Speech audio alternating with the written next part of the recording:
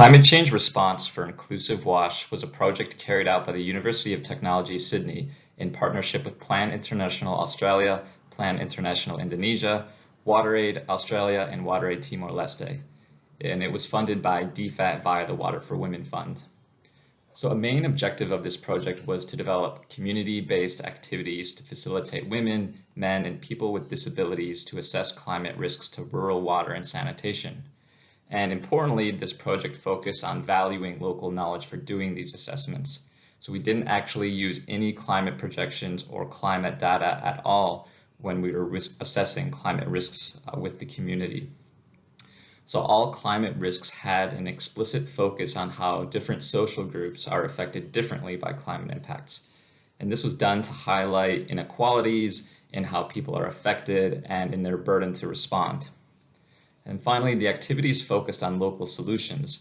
So community members were facilitated to think about what they could do to respond locally to weather extremes. What we found worked well was getting people to reflect on their own lived experiences.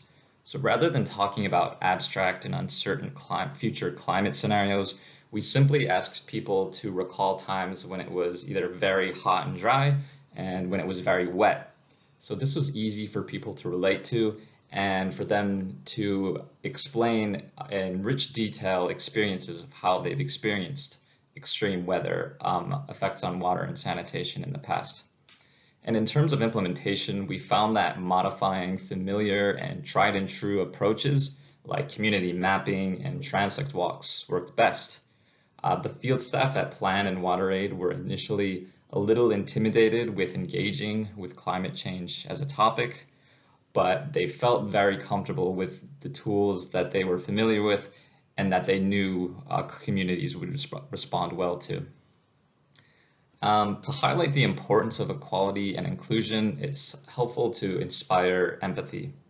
So asking groups of women and men to role play or to think through somehow how groups like children and people with disabilities are affected by climate extremes, that helps them see how others in their community might be affected. Finally, we found it was important to help people to think about what local resources and strengths they had to address the issues that they identified. So this helped them to see that they could act on their own and they didn't necessarily need to wait for assistance from elsewhere. There are limitations to this kind of approach.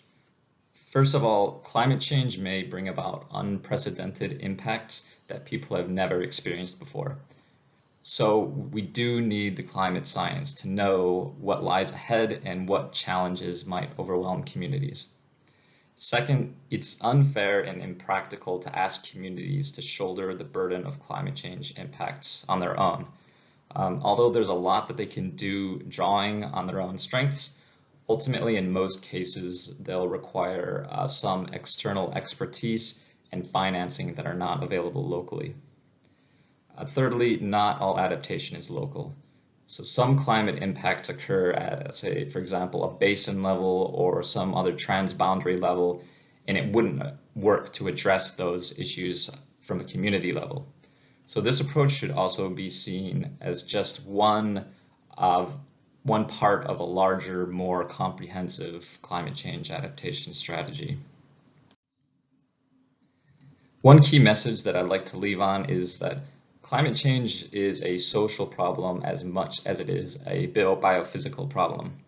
So social inequalities create differential risks for people, and those can only be understood if you assess the social context. I think this should be an important part of knowledge brokering. Next, people have to situate responding to climate change in their everyday lives.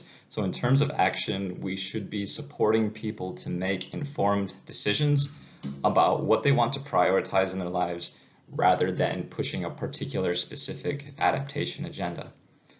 And then finally, relating to lived experiences is important for contextualizing information and making climate change feel like a real and tangible issue that people need to address.